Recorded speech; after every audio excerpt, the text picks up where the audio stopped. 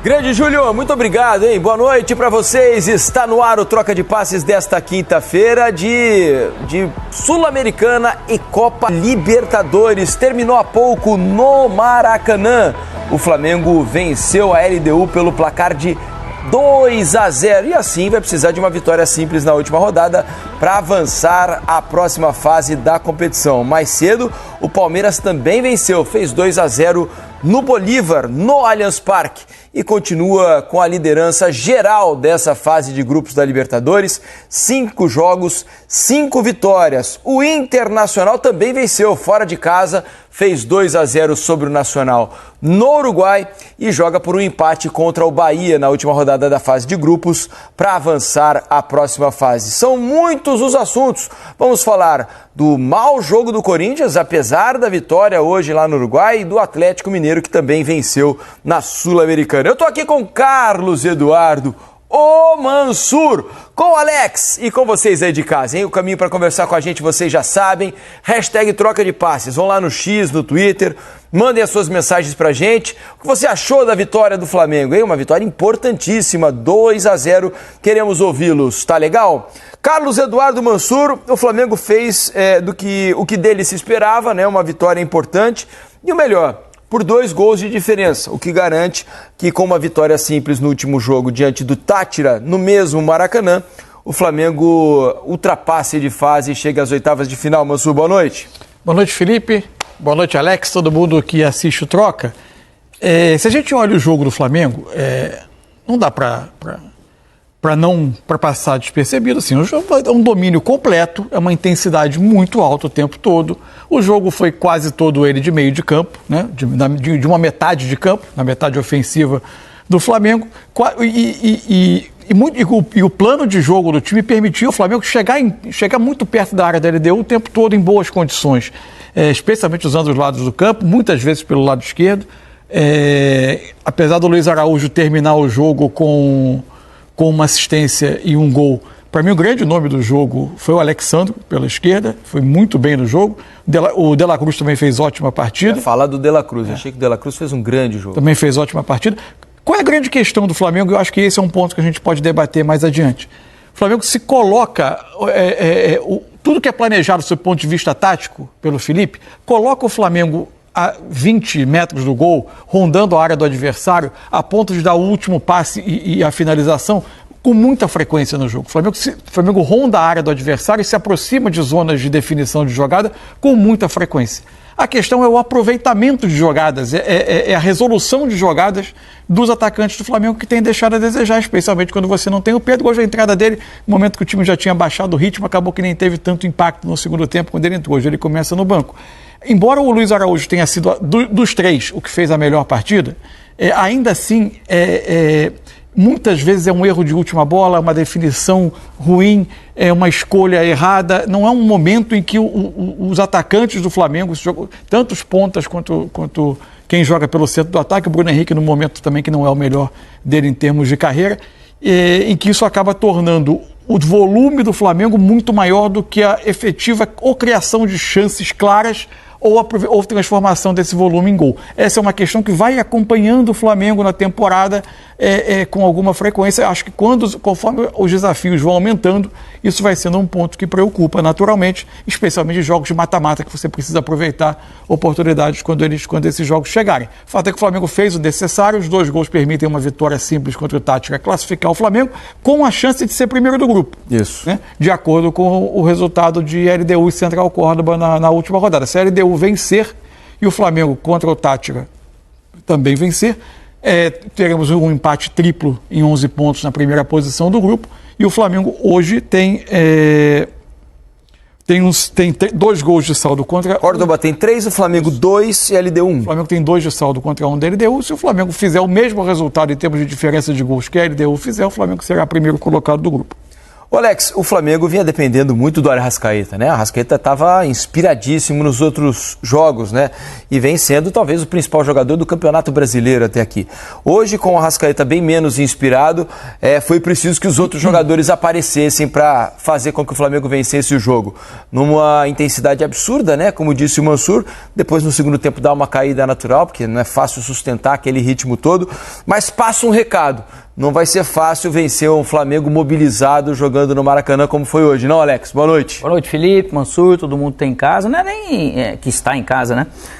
Não é nem que sempre foi dependente. Desse tipo de jogador vai ter que ser dependente mesmo. E ele tem essa obrigação de estar bem para fazer a diferença. E o que em alguns momentos não acontece, essa parte final ali da criação, da execução, de finalizar mais vezes no gol e conseguir às vezes fazer mais gols, e não estamos aqui falando de 4, 5 gols todo jogo, isso aí é impossível, né? Não tem condição. Mas com esse volume de jogadores igual a Arrascaeta, que hoje ele não foi realmente tão bem, isso também vai acontecer. O Michael, nesse sentido, você vê que teve muito volume com ele, mas na hora de finalizar, fazer uma tabela, o drible, o passe certo, acabou realmente, a maioria das vezes, não acontecendo isso. Aí a torcida vem e pega no pé. Mas de toda a programação, tem uma parte individual desse lado do ataque. O Mansur até já levantou algumas vezes aqui, a gente tem sim que debater até onde a gente, às vezes, eu acho que são ótimos atacantes, sim. Acho que o Cebolinha, ele naturalmente é mais jogador do que o Michael, mas ao mesmo tempo, será que daqui a pouco a gente não acaba desenhando, por causa do investimento, como se fosse todos eles extra classe? Esse é o ponto. Né? E às vezes o campo não está mostrando algo diferente, que você tem volume, você tem domínio, tudo bem. Mas, de repente, não são jogadores que vão fazer 15, 20 gols no ano, a não ser Pedro. Porque a carreira deles não sinaliza isso. Não sinaliza. E até hoje também no Flamengo, lógico que eles vão ser super importantes pro nível do Brasil, né? Não estamos falando que é mal, não estou levantando a bola aqui, que são maus jogadores, não. Mas, ao mesmo tempo, de às vezes você olhar, porque chega num ponto, você depende, você precisa dessa individualidade. É o drible, é levantar a cabeça, que parece que são coisas simples a gente vendo aqui, não são complicadas, para atleta que está ali, mas às vezes realmente é uma decisão ou outra errada para jogador desse nível, né, que a gente fica julgando que poderia ser melhor. Fala, Mansur. Não, só falar, eu estou ansioso pela coletiva do Felipe Luiz, porque tem um ponto para mim que seria interessante. Ficou fora hoje o Pedro por uma questão física, ou seja, o Flamengo, nessa volta do Pedro, vai dosando a quantidade de minutos e tentando encaminhar a resolução de um jogo como o de hoje, sem ele, para ter ele por menos minutos e sem uma urgência tão grande, como já ficou fora do início do jogo com o Bahia, ou em determinados tipos de jogo, de fato, a gente vai precisar se acostumar que vai ser normal o Flamengo não ter Pedro e Arrascaeta juntos para ter uma pressão melhor. E porque esse dilema, eu acho que ele está aos poucos se apresentando. Não como algo definitivo e incontornável, como um grande problema que possa inviabilizar a temporada do Flamengo, mas como um elemento que vai fazer parte do plano de jogo do Felipe ao planejar como vai ser cada partida. Quando a gente vê hoje que o Flamengo, aliás, foi um dia que o Alex colocou muito bem, o Arrascaeta nem teve um grande dia, mas o Flamengo sustentou o primeiro tempo inteiro e o início do segundo, uma intensidade altíssima, roubada de bola rápida, a LDU quase não respirou no jogo, quase não atravessou o campo com a bola, foram raros os momentos que isso aconteceu, não estavam os dois juntos. A questão é a balança, né, Mansur? A gente vai ter que avaliar sempre. O Felipe, a comissão técnica, é a balança, o que te deixa numa situação mais favorável para vencer os jogos. Porque será que tem relação ao fato de não estar o Pedro hoje em campo para essa pressão muito, muito, muito bem feita pelo Flamengo no primeiro tempo, sufocante para a LDU? Será que tem relação ele não estar em campo para o Flamengo ter volume e não ter menos aproveitamento em gols? É isso. É um dilema que a comissão técnica vai ter que avaliar a cada jogo, a cada rodada e fazer escolhas, né, Alex? Porque futebol é sempre assim. Mas esse uma período de escolha, 20, né? 25, 30 minutos, mesmo que esteja o Pedro, eu não vejo problema para esse período. Só que o jogo é muito mais do que isso. E o jogo, você vai pegar adversários que também têm mais qualidade que a LDU.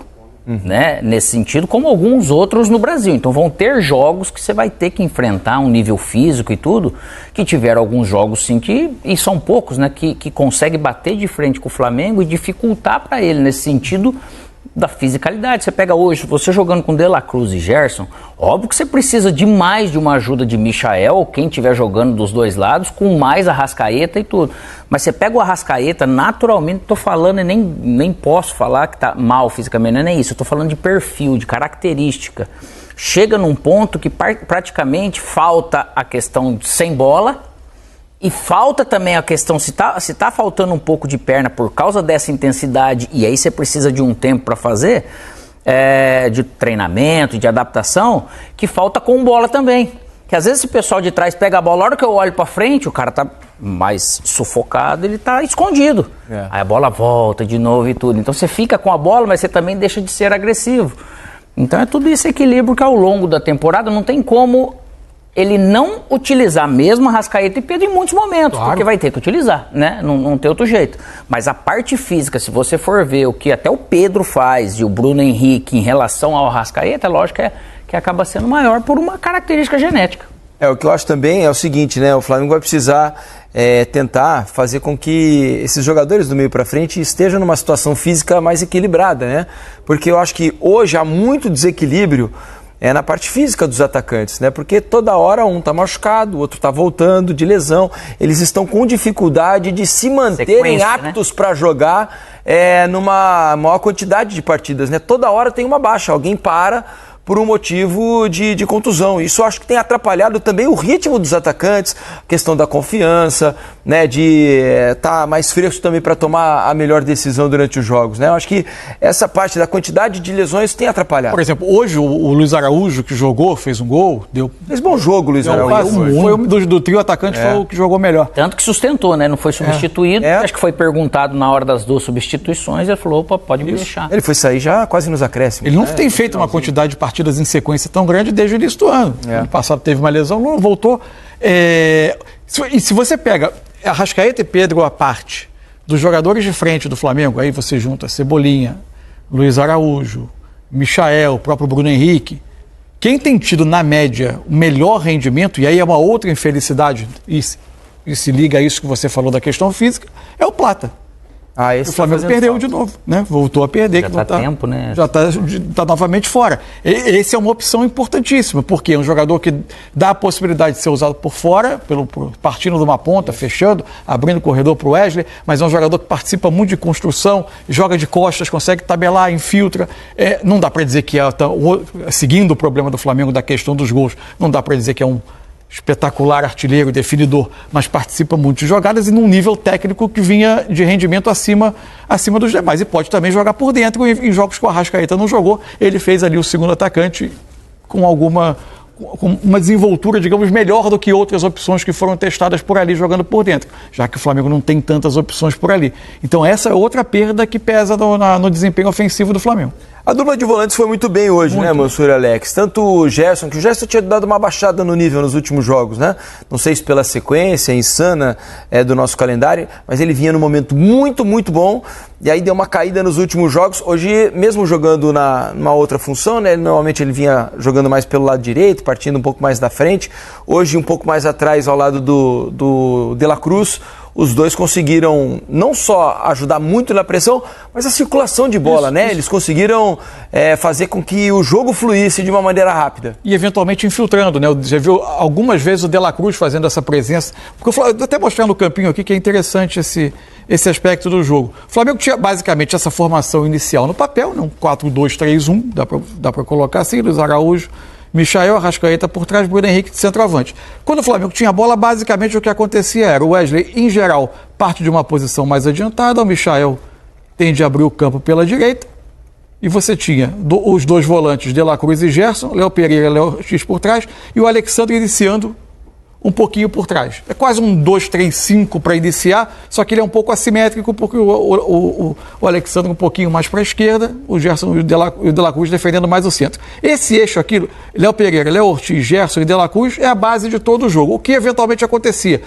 O Michael, a LDU começou com uma linha de 5 atrás, logo depois do gol ela passa para uma linha de 4 e muitas vezes o Michael trazia o lateral para dentro, abria esse corredor para o Alexandre. Quando ele passava, muitas vezes o Wesley faz um pouco uma diagonal, um pouco por trás para ter um pouco mais de equilíbrio ao time. Mas e por vezes o Flamengo se pegava mesmo com os 6 homens atacando a última linha. Ou eventualmente com um desses homens por trás, um dos 2 laterais, e uma infiltração, seja do Gerson, seja do De La Cruz. Mas esse foi basicamente o que foi o Flamengo. O Flamengo ganhava muita vantagem por fora, quase sempre, nas inversões de jogo, especialmente da direita para a esquerda, com o Michael abrindo o corredor para o Alexandre, ou com o Michael abrindo o campo, permitindo uma infiltração ou do Arrascaeta ou do Bruno Henrique em espaços entre lateral e zagueiro da LDU. Basicamente era assim que montava o Flamengo. E aí apareceu muito o jogo dos dois, né? Especialmente do De La Cruz. Para mim, o De La Cruz um nível acima desses 2 jogadores que eram os organizadores por trás,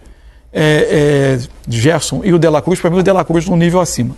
Jogou muita bola, assim como o Alexandre, né? Especialmente, você estava falando sobre as ultrapassagens, elas aconteceram do lado esquerdo, do lado direito mais no primeiro tempo. Porque o Wesley já começa por lá e o Alexandre chega como um homem de surpresa. No segundo tempo, o Alex teve mais espaço para jogar ali do lado esquerdo do que no primeiro. O Michael ocupou muito ali a ponta, né? E ele estava quase recebendo todas as bolas no ataque. Esse foi um ponto do jogo. Como o Flamengo conseguia isolar muitas vezes o Michael pelo lado esquerdo, porque, especialmente depois que a LDU passa por uma linha de 4, logo depois do gol, e o gol do Flamengo não demora tanto a sair. A linha de 4 não defendia a largura da mesma maneira que a linha de 5. O lateral vinha para dentro, a inversão, o Michel tinha espaço. Só que, sistematicamente, ele não conseguia definir as jogadas da melhor maneira, né? Sim. E até teve 2 chances de finalização na área. Igual a gente fala, né? Que às vezes você está um pouco mais lúcido para você ver que volume é impressionante. Saúde dele, coragem, ele vai dentro. Pressão. Mas pressão, essa tomada de decisão é o que faz diferença ali na frente, né, cara? De cruzar, dar um passe na hora certa, você pisar na hora certa. Então, acho que é um momento também, né? Eu acho que é o que acontece. Diminui um pouco a confiança, você não está aquele momento de prestígio com a torcida também. No propósito da estratégia, você vê, funcionou coletivamente. E não estamos falando aqui por isso o Flamengo foi mal, não. O Flamengo foi dominante. Isso aí é um fato. Um amasso, né? E o colocar essa questão para reflexão sobre os atacantes, a gente até aqui, em comum acordo, a gente fala, são excelentes jogadores, né, cara? Eles podem realmente fazer mais, né? Mas, ao mesmo tempo, esse lado de volume, hoje participou... Você vê como esses 2 caras do meio, que eles mandam no jogo, né? Do equilíbrio, com bola, sem bola. E o Gerson com o De La Cruz, eles conseguiram fazer isso muito bem, né? Se um estava abrindo espaço, o outro estava dominando bem, estava tomando... O que faltou de tomada de decisão boa, às vezes, lá na frente, eles tiveram bastante com esse apoio aqui dos 2 laterais e os 2 zagueiros também, que fizeram com que o jogo ele fosse... Porque, às vezes, o adversário ele não é tão bom e você permite muitas coisas. Mas eu acho que nesse sentido o Flamengo foi muito seguro pela pressão até que ele estava jogando, pela necessidade do resultado. Não, na questão defensiva, o Flamengo praticamente não foi ameaçado, né? Teve um lance no primeiro tempo ainda, né? Um cruzamento da esquerda, o Rossi sai de soco, uma bola até baixa, e no rebote o Gruezo acaba chutando por cima. Tinha uma boa condição para bater, ele acabou errando o chute. Mas, fora isso, o Flamengo foi muito pouco ameaçado. Ele finalizou 3 vezes no jogo. É isso. O que eu acho que é preciso, o Mansur citou, passou um pouco por cima disso, que precisa equalizar e a relação precisa melhorar, na questão do volume de jogo e a quantidade de chances claras criadas, né? Porque hoje o Flamengo criou muito pouco, assim, chance clara de ficar à frente do goleiro, de ter uma situação muito boa para finalizar, né?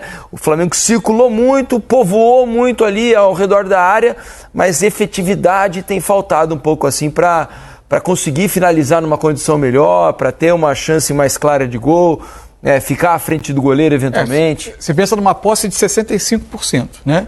Um jogo em que o time recuperava a bola quase sempre antes da metade do campo. A gente tem os números para colocar aí para a gente ilustrar, né? Vamos colocar os números, por favor, do jogo, para a gente até dar mais subsídios aqui para o comentário do Mansur, porque vai muito em relação a isso. Ó. No final do jogo, a posse ficou até meio dividida, 50-50. Estranho isso aí. Eu acho que tá... será que está certo isso? Vamos dar uma checada só. Acho que não, né? Estou até consultando outros serviços de estatística aqui que a gente tem acesso. Um deles dá 62. Aqui no que eu estou olhando está dando 57-43. Mas vamos lá. Total de passes trocados, 539 do Flamengo, 327 da LDU.